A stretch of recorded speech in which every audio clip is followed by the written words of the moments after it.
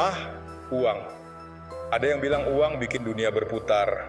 Ada juga yang ngejar uang kayak nggak ada capeknya. Tapi satu hal yang pasti, uang itu netral. Nggak peduli kamu siapa, dari mana asalnya, atau apa agamamu.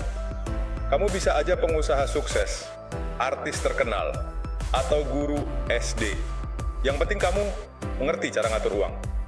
Soalnya uang bisa jadi masalah kalau kita nggak ngerti cara pakainya. Di video kali ini, kita bakal bahas 15 aturan uang yang bisa bikin kamu lebih pinter mengelola keuangan. Bukan cuman cara jadi kaya, tapi juga cara punya hubungan yang sehat sama uang.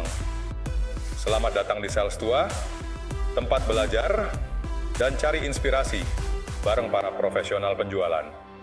Siap-siap, kita bakal bongkar rahasia di balik angka-angka yang selama ini bikin penasaran.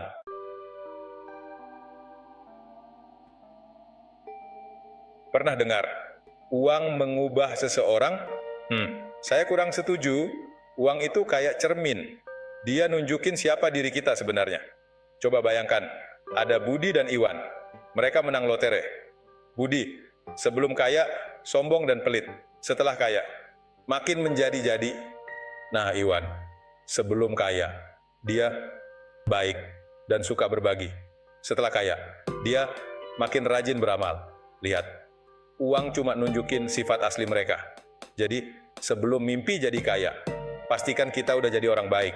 Karena pas udah kaya, semua sifat buruk kita bakal makin kelihatan. Ingat, uang itu cuma alat untuk mencapai tujuan hidup. Gunakan dengan bijak ya.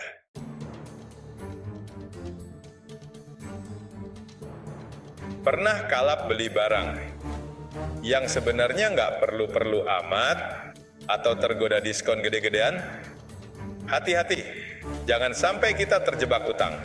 Menghabiskan uang yang belum kita punya itu sama aja gali lubang utang. Senang sesaat, tapi bayangin tagihannya nanti.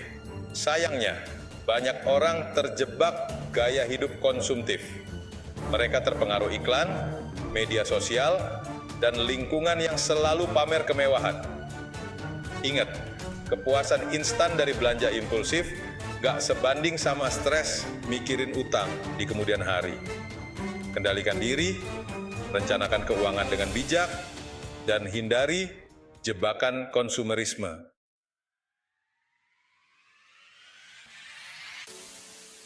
Oke guys, kita sampai di aturan nomor 3. Jangan kejar uang, tapi jadilah magnet uang.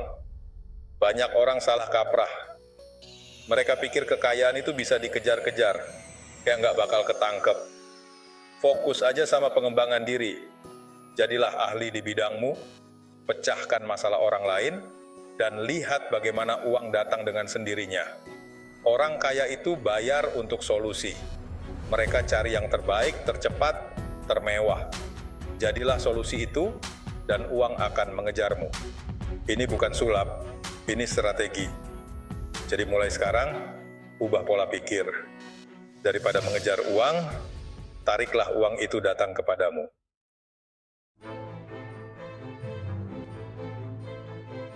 Lanjut ke aturan nomor 4. Investasikan waktu sebelum uang. Dengerin baik-baik, ini penting. Waktu itu lebih berharga daripada uang. Kenapa? Karena waktu itu terbatas. Di awal karir, kita punya banyak waktu, tapi minim pengalaman. Mulailah sekarang, bangun bisnis, asah skill, pelajari market. Ini semua butuh waktu. Bisa 5, 7, bahkan 10 tahun. Semakin cepat kita mulai, semakin cepat kita menuai hasilnya. Ingat, waktu terus berjalan. Jangan sampai kita menyesal di kemudian hari karena menyia-nyiakan waktu yang berharga. Gunakan waktu kita dengan bijak, investasikan untuk pengembangan diri dan masa depan yang lebih baik.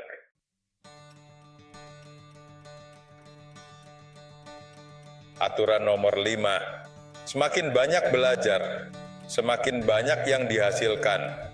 Belajar di sini bukan cuma ngapalin teori atau ngumpulin ijazah.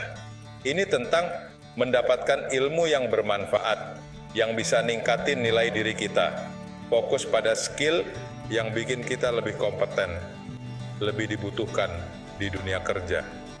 Belajar dari orang sukses, pelajari kegagalan mereka, dan hindari kesalahan yang sama. Jangan cepat puas dengan posisi yang biasa-biasa aja. Teruslah belajar, kembangkan diri, dan lihat bagaimana penghasilan kita akan mengikuti. Ingat, di dunia yang terus berubah ini, yang berhenti belajar akan tertinggal. Jadilah pembelajar seumur hidup dan raih kesuksesan finansial yang kita impikan.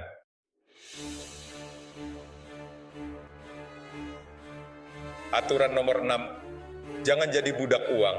Kuasai uang Anda. Oke guys, kita masuk ke aturan nomor 6. Ini dia yang penting banget. Jangan sampai jadi budak uang, tapi kuasai uang kita. Utang itu kayak jebakan, sekali masuk susah keluar. Kredit macet, pinjaman online, semua itu bisa bikin hidup kita terikat sama kreditur. Kita kerja keras, tapi yang kaya malah mereka. Ingat, kita yang harus pegang kendali. Kita ini manusia merdeka, jangan sampai terjajah sama utang, atur keuangan dengan bijak, buat anggaran dan hindari utang konsumtif. Kalau kita bisa kuasai uang, kita bisa raih kebebasan finansial. Jangan sampai kebalik, guys.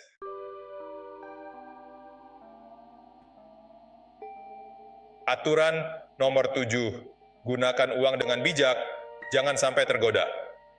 Lanjut ke aturan nomor 7. Uang itu kayak pisau, bisa buat masak, bisa juga buat melukai. Di tangan yang tepat, uang bisa bantu kita mencapai tujuan. Tapi kalau kita tergoda, uang bisa bikin kita kalap. Gaya hidup hedon, foya-foya. Itu semua jebakan. Ingat, uang itu alat, bukan tujuan akhir. Gunakan uang untuk hal-hal yang bermanfaat, investasi, atau bantu orang lain. Jangan sampai kita yang terlena dan akhirnya menyesal.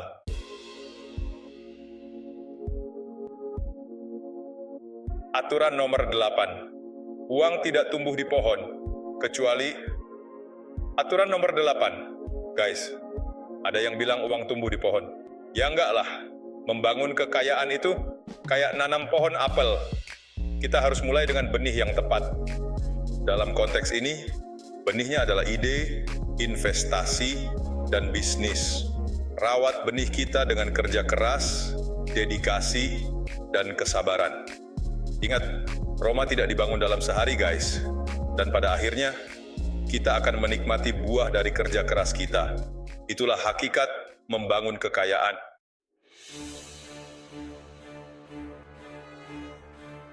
Oke, kita udah bahas gimana cara dapetin uang, gimana cara ngelola uang. Tapi jangan biarin uang kita nganggur. Uang di rekening itu nilainya tergerus inflasi tiap tahun. Sama aja kayak nyimpen es batu di ruangan terbuka. Solusinya, investasi. Uang kita harus kerja biar berkembang.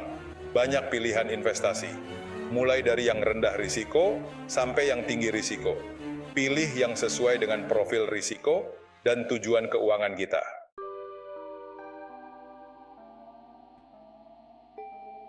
Ini dia guys, aturan klasik yang sayangnya sering dilupain.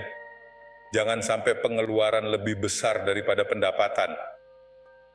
Kedengarannya simpel, tapi kenyataannya banyak orang terjebak utang karena nggak bisa ngendaliin pengeluaran. Hidup itu kayak ngatur isi dompet guys. Kalau uang masuk lebih sedikit daripada yang keluar, ya pasti tekor. Sama halnya dengan hidup, kalau pengeluaran lebih besar daripada pendapatan, ya pasti utang numpuk. Kuncinya adalah hidup sesuai kemampuan. Nggak perlu gengsi buat hidup sederhana. Mending punya uang lebih buat ditabung atau diinvestasikan daripada harus pusing mikirin utang. Ingat guys, hidup sederhana bukan berarti hidup sengsara. Justru dengan hidup sederhana, kita bisa lebih fokus mengejar tujuan dan mimpi kita tanpa terbebani utang.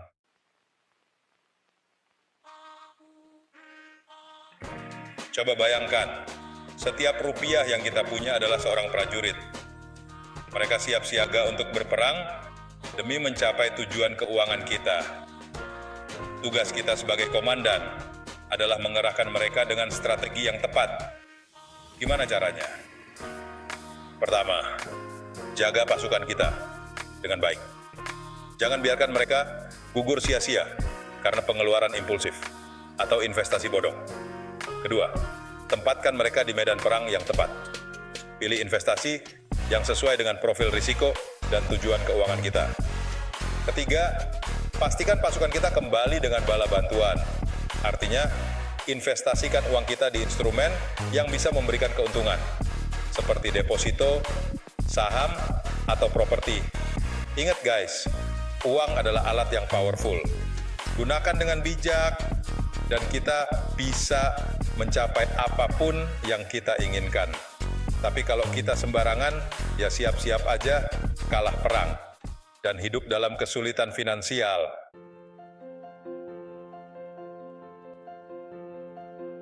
Oke guys, kita sampai di aturan nomor 12. Dan ini yang serius. Pasangan hidup kita bisa jadi aset terbesar atau liabilitas terbesar. Kalau punya pasangan yang punya visi yang sama, itu kayak dapat jackpot. Mereka bakal dukung kita dan bantu mencapai tujuan finansial. Tapi, kalau salah pilih, kita bisa terjebak utang dan mimpi hancur. Jadi, ingat, milih pasangan hidup itu soal visi dan misi hidup, termasuk keuangan.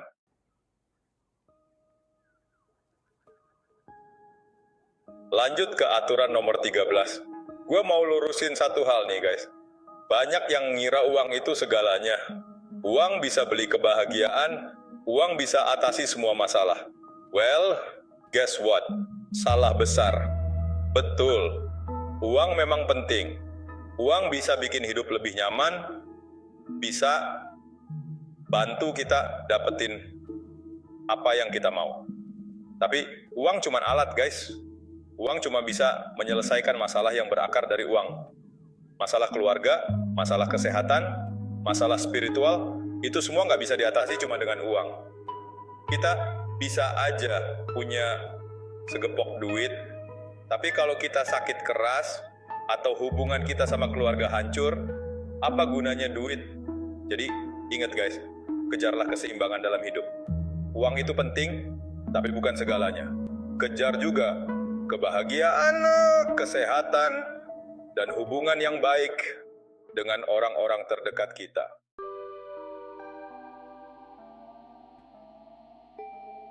Kaya versus tajir.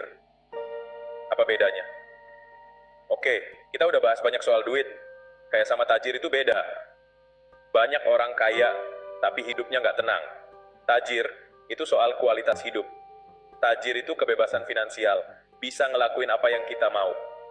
Kita nggak tergiur buat pamer harta, kita bisa hidup tenang, dan bahagia dengan apa yang kita punya.